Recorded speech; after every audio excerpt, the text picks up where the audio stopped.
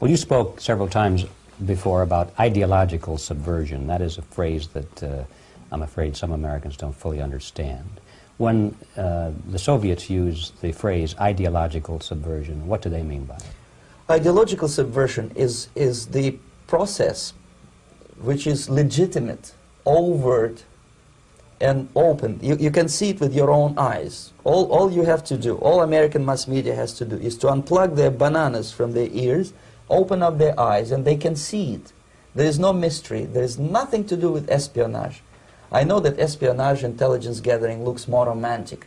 It sells more deodorants through the advertising, probably. That's why your Hollywood producers are so crazy about James Bond type of thrillers. But in reality, the main emphasis of the KGB is not in the area of intelligence at all. According to my opinion and opinion of many defectors of my caliber, only about 15% of time, money, and manpower is spent on espionage as such. The other 85% is a slow process which we call either ideological subversion or active measures, активные мероприятия in the language of the KGB, or psychological warfare. What it basically means is to change the perception of reality of every American to such an extent that despite of the abundance of information, no one is able to come to sensible conclusions in the interests of defending themselves, their families, their community, and their country. It's a great brainwashing process which goes very slow, and it's divided in 4 basic stages. The first one being demoralization. It takes from 15 to 20 years to demoralize a nation. Why that many years? Because this is the minimum number of years which requires to educate one generation of students in the country of your enemy, exposed to the ideology of the enemy. In other words, Marxism-Leninism ideology is being pumped into the soft heads of at least 3 generations of American students without being challenged or counterbalanced by the basic values of Americanism, American patriotism. The result you can see. Most of the people who graduated in the 60s, dropouts or half-baked intellectuals, are now occupying the positions of power in the government, civil service, business, mass media, educational system. You are stuck with them. You cannot get rid of them. They are contaminated. They are programmed to think and react to certain stimuli in a certain pattern. You cannot change their mind, even if you expose them to authentic information, even if you prove that white is white and black is black, you still cannot change the basic perception and the logic of behavior. In other words, these people, the process of demoralization is complete and irreversible.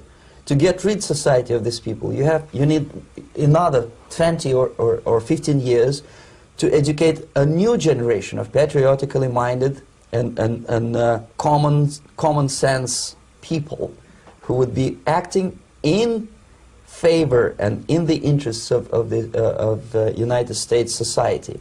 And yet these people who've been programmed and, as you say, in place, and Yes. who are favorable to an opening with the Soviet concept, these are the very people who would be marked for extermination in this country? Most of them, yes.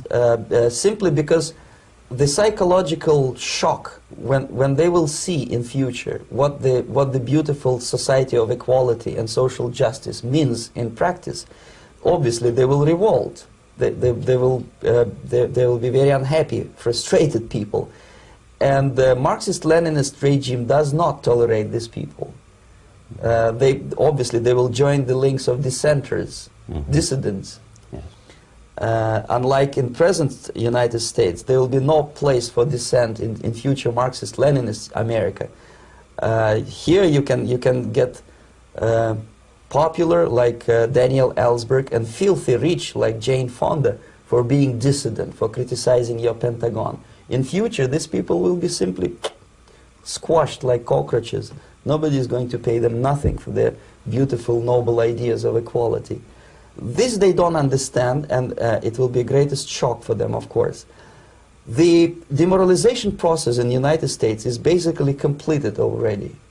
For the last 25 years, Actually, it's overfulfilled, because demoralization now reaches such areas where previously not even Comrade Andropov and all his experts would even dream of such a tremendous success. Most of it is done by Americans to Americans, thanks to lack of moral standards. As I mentioned before, exposure to true information does not matter anymore. A person who was demoralized is unable to assess true information. The facts tell nothing to him.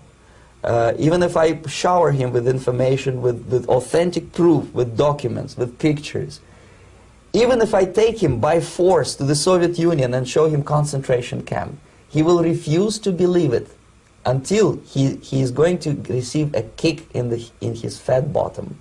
When a military boot crashes his balls, then he will understand, but not before that. That's the tragic of the situation of demoralization.